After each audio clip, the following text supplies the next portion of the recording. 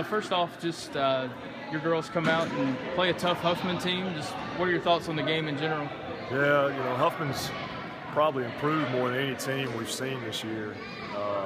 From the first time we played them, we played them early in the season, and we went to their place in January, and they beat us. So they've gotten a heck of a lot better, and so we knew it would be a tough battle, and it was. I mean, we got up by 12, 13, something like that, and I told the girls, I said they're not going to quit, and they didn't.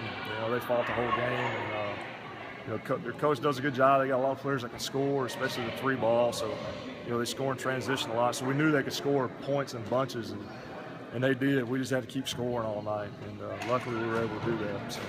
Yeah, Christian ended up with 28 tonight, and a lot of her buckets came where she just beat her man and got into the lane. Just how good is it to, or how much easier does that make it on you when she can do everything herself? Yeah, we try to adjust to the way the game's being called, and there was a lot of foul calls. I mean, it was both ways. It was consistent, but they were calling hand check fouls a lot. So, I told them, we got to spread them out and try to get to the rim and knock down some free throws, and that was kind of our game plan. So once we kind of felt out how the game was going to be called, so that's what we did. And she does what she normally does. She played like Christian normally plays, which is really well. So. You've got scoring taken care of, but every team like this needs role players. And I was talking to TJ earlier, and she was telling me how she doesn't need to score, but she knows her role is to rebound and block shots. How important is it to have players like her? Yeah, you got to if you want to have a good team. I mean, it's nice having a really good player like Christian, but I told him, that was the first thing I told him. I said it takes all 10 of you. The kid who scores all the points, the kid who doesn't score at all, because it really does.